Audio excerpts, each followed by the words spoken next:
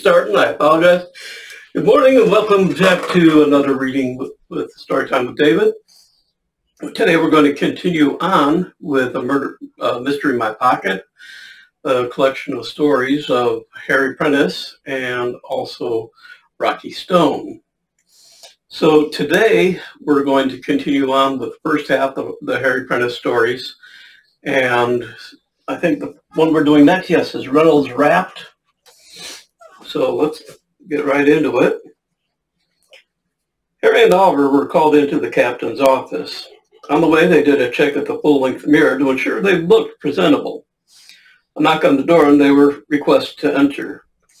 Standing before his desk, they wondered why they had been summoned. The captain offered them a seat.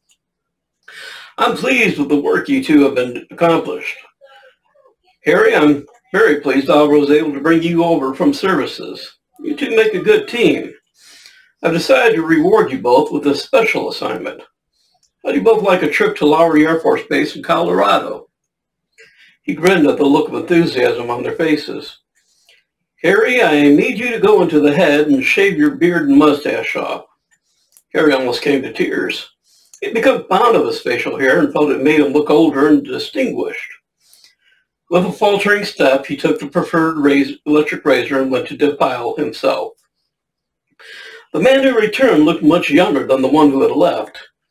Harry had a youthful face when smooth and looked younger than his 25 years. "Yeah, just as I thought," commented the captain. "Harry, we had a call from Lowry Services Schoolhouse. I understand that was your tech school after basic training." Harry agreed. "I went there for 3 level, but didn't go there for 5. I received that by cooking dinner and midnight meal by myself." The captain was interested. "Just out of curiosity, how many people?"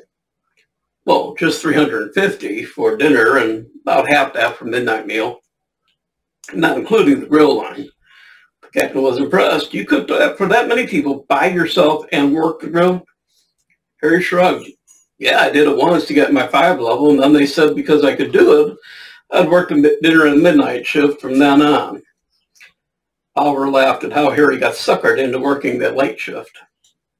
The captain continued, "Well, you're going to get your chance to go to 5 level school now." Harry leaned forward to learn more. It was obvious that he wasn't going to go and just learn to cook. There have been complaints about drugs and alcohol abuse in services training. "I want to send you both to find out who's dealing the drugs. Security isn't able to find out, and it's bad there." Oliver was said to object. "Well, why can't they send someone stateside? Why pick us?" "Well, because we're the only OSI section that has a services-trained person. Harry can slide in and has the knowledge to blend." He turned to Harry. "Do you still have your cook whites and any paraphernalia?" "They're hanging in my closet, still starched and pressed." Better go see if they still fit. Come back in, make sure the whole uniform is complete." An hour later, Harry came back dressed for inspection. He was thankful that he kept himself in trim. The uniform still fit well. Captain Wilson walked around him. "Well, it looks good, but we're going to reduce your rank to senior airman for the duration of this mission. You'll fit in better and won't be considered a threat. I had suggested Buck Sergeant, but the colonel said an NCO wouldn't be low enough to mingle with the circle we need." Harry and Oliver checked that they had their government travel card current. Harry was directed to get a new ID that showed his assumed rank. They received their orders and headed home to pack. "Come back at 1700 and I'll take you to the Heathrow. Oh, by the way, Harry, do you mind if I borrow your Mini while you're away? Mine's in the shop. I asked Oliver, but his wife needs his." Harry agreed and offered to pick up Oliver on his way back to the base. Back at the office, with Oliver in tow, Harry slipped out of the driver's seat and the captain slid in. "Yeah, nice little car this. I'll enjoy tootling around in it." I was going to explain about the starter, but when he saw the gleam in Harry's eye, decided not to. On the hour-and-a-half drive, he explained Oliver's part. "Oliver is your point of contact and will keep the base commander filled in on your progress. The base will make the arrest when you have amassed enough evidence. Oliver suggests you stay in town and come into base about 3 times a week. Harry wants you to meet at the bowling alley on the days you pick, or another place. It's up to you. On the plane, they slept, ate, and talked. Oliver suddenly wondered how the captain was doing starting Harry's car. Harry had been at Lowry for a week.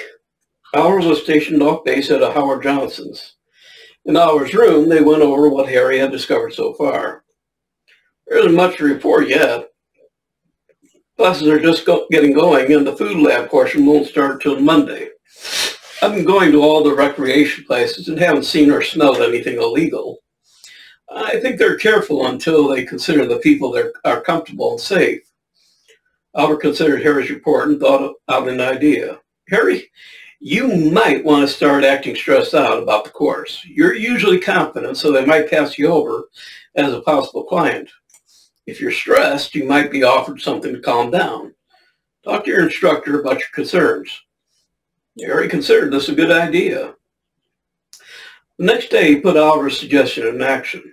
Sergeant Reynolds, I need to talk to you, please. Sergeant Reynolds led him into the instructor's office. What seems to be the problem, Harry? Sir, I'm having trouble focusing. I've been working as a Sims administrator for a while. Guess the stress of trying to remember all the cooking stuff is getting to me. Sergeant Reynolds was sympathetic and would see if any of the training instructors could give Harry some assistance. Harry thanked Sergeant Reynolds and walked out of the office. In class, Harry displayed all the symptoms of stress. He had a headache, he fidgeted, he even teared up several times. On the hourly 10-minute break, Sergeant Reynolds approached him. You really are struggling, aren't you? Yeah, I'm trying hard to focus, and I study all night, but sometimes I can't remember what the heck I just read. I'm not sleeping at night much, so that's not helping either. He rubbed his temple and started to tear up, making a show of trying to control himself. Sergeant Reynolds promised he'd see if he could get him some help. The next day, Sergeant Reynolds approached Harry in the hall. Look, I've got something that will help you relax enough to get some sleep. Take it tonight before you plan on sleeping. Oh, and don't tell anyone about this. It might prove embarrassing. Harry nodded as if he understood, but wasn't quite sure what was meant by embarrassing. He pocketed the pill and spent the rest of the class still putting on a subtle act of nervousness. Later that evening, he went off base to see Oliver. Good, we're making progress. Oliver held the round white tablet and matched it to a picture of rolled up pills. Looks like you've been given a Quaalude, Harry agreed. When I was set to leave class today, Reynolds asked me what I planned on doing. I told him, go back to my room and try and relax. He smiled and told me to take the pill then. I swapped it with an aspirin and took that. After 20 minutes, I feigned getting relaxed and slightly sleepy. He escorted me to the dorm and told me to go to bed. Oliver appreciated the way Harry was handling his end. What's your plan now? Well, I'll go to class bright-eyed and bushy-tailed. After 2 days, I'll go back and ask for another. 10 days later, I need something to perk me up, at which time I should be offered something stronger and slightly addicting, like, I don't know, cocaine.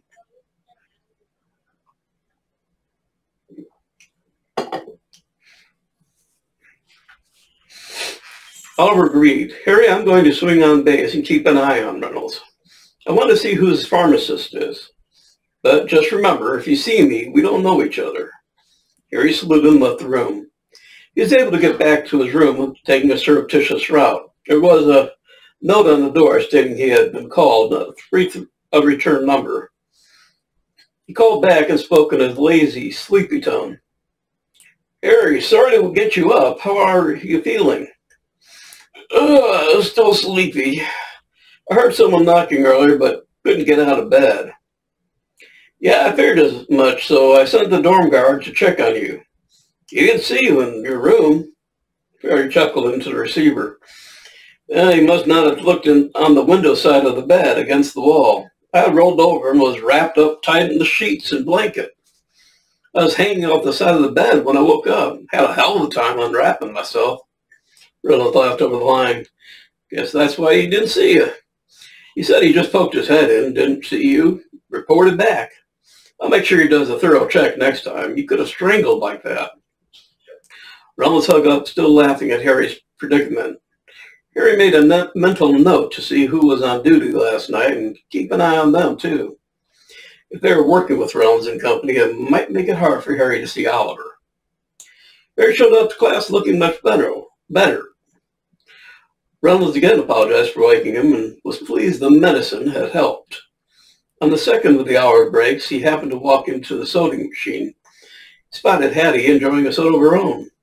She tossed the can and joined Harry at the machine. He offered to get her a soda, which she accepted. He felt a slight tug on his pocket. She took the soda as it emerged and went back to the table. In the bathroom stall, he read the note. Harry, Oliver called me here to act as his liaison. I'll be here next break. Try and pick me up for a stroll after class. Harry ate the note.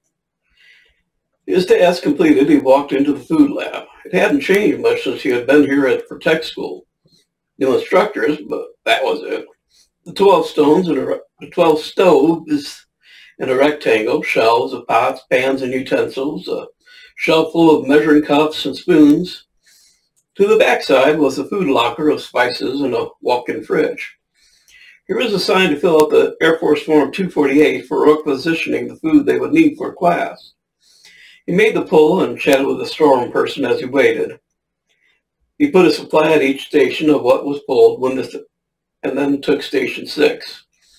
His stove and table was at the rear and center of the room. From there he could see everything and had a wall at his back. The first part of the class dealt with the recipe card and measurements. On the break, Harry went to the soda machine and saw Hattie again. He eyed her speculatively, then approached her.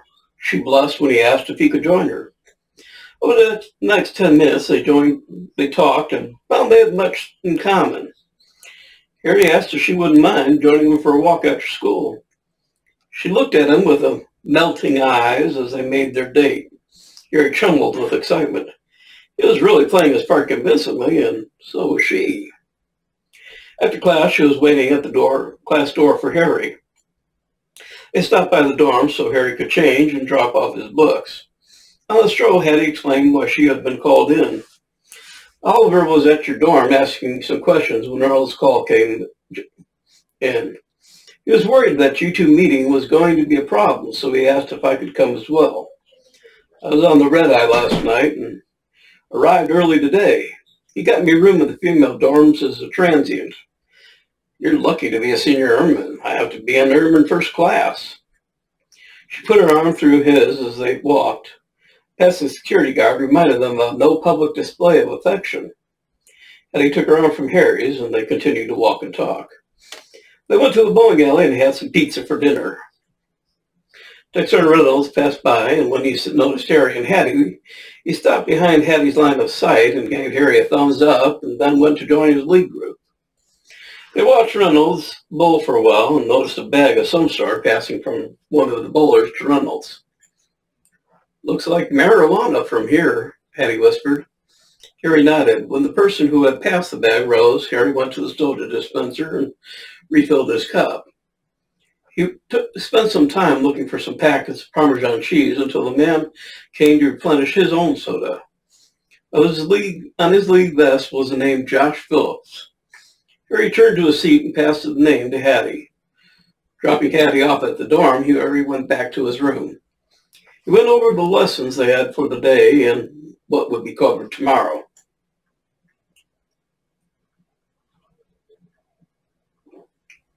For the next couple of days, Harry showed signs of returning stress.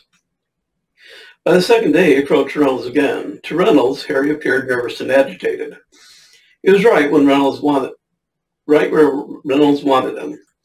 He recognized Harry wanted another Quaalude, but wasn't he desperate enough to ask? Harry started to turn away, excusing himself. Then when he turned back and started towards Reynolds again, he knew he had Harry hooked. I was wondering if it would be possible to get another of those pills. I'm kind of back where I started and need help. There was a plea in Harry's voice and eyes that pleased Reynolds. Sure, pal. See me after the next break and I'll help you out. Oh, I'll need to shell out some money for getting these. So it's going to cost you $5. Harry's face turned glum, but he reached into his pocket for his wallet. No, not here now. On the next break, come to my office and we'll take care of it then. Harry saw Hattie in the break room and indicated success by buying a Pepsi instead of a Coke. As Harry and Reynolds performed the swap, the transaction was recorded on a Minox camera through a crack in the door. Hattie hoped she had gotten something usable, as she didn't want to be seen hovering by the door, and had snapped multiple pictures from the hip, as it were. Harry came out and went back to class while Hattie went to the base amateur photo lab and developed the pictures herself. She was lucky that the base had a camera club attached to the Arts and Crafts Center. Once the pictures were developed and dried, she took them back to her dorm room. Under the light, she checked them and with a magnifying glass. She had the picture she needed. It showed Reynolds, the pill, and Harry. The picture was surprisingly detailed, and she would be able to enlarge it if needed. She caught a bus off base and went to make the delivery to Oliver. For the next week, Harry took classes and began to become sluggish and disoriented in class. He had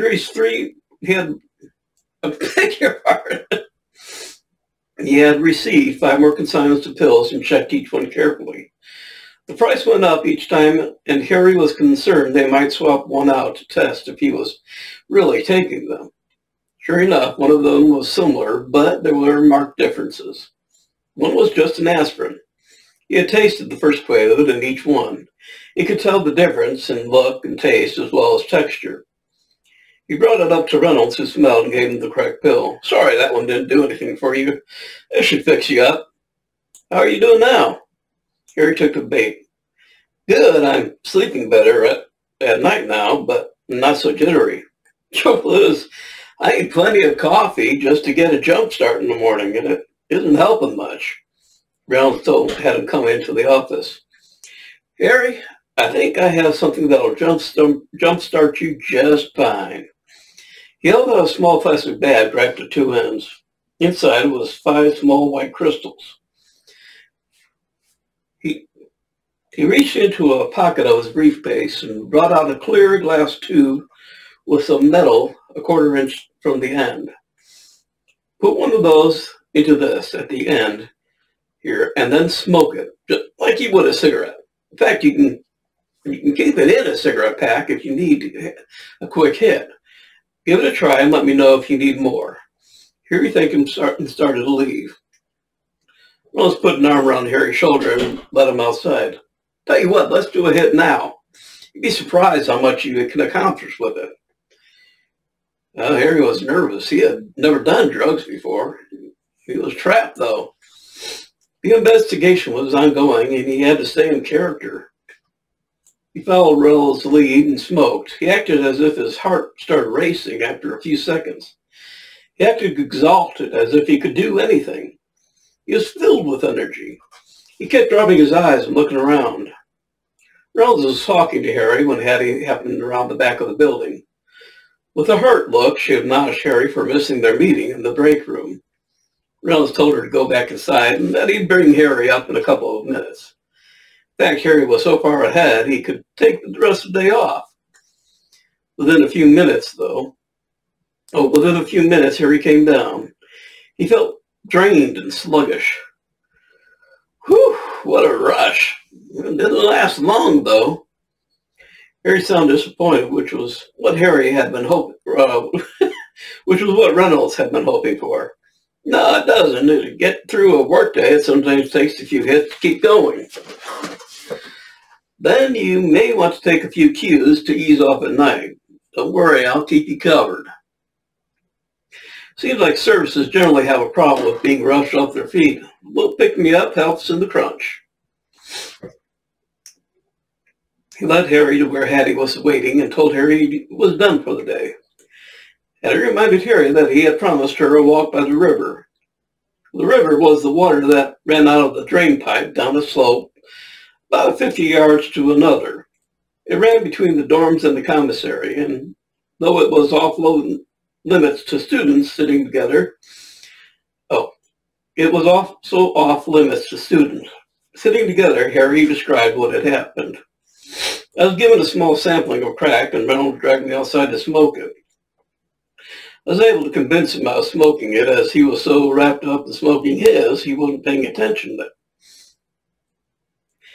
He was just there to make sure I did it and stuck around. Hattie blew out her breath she'd been holding. Harry, you have me scared. I think I'm going to tell Howard we've got to get you out now. We've got enough evidence on Reynolds and his pharmacist. I think Phillips was the only too eager to give us a list of his clients in exchange for leniency.